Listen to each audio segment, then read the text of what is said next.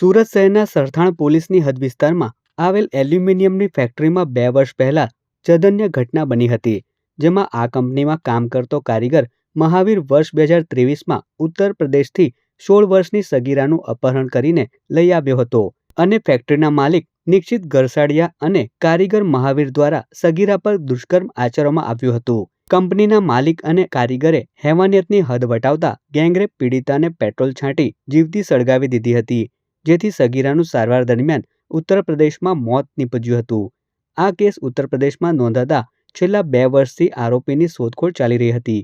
આ દરમિયાન ઉત્તર પ્રદેશ પોલીસે સુરતના સરથાણા પોલીસની મદદ માંગી હતી, જેથી સરથાણા પોલીસને નિશ્ચિત રોજ પાનના ગલ્લે સિગરેટ પીવા આવતો હોવાની બાતમી મળી હતી. ત્યારબાદ વોચ ગોઠવી તેને ઝડપી લેવામાં આવ્યો હતો. ત્યારે હાલ તો આરોપીની કસ્ટડી ઉત્તર પ્રદેશ પોલીસને સોંપવાની તજવીજ હાથ ધરવામાં આવી છે.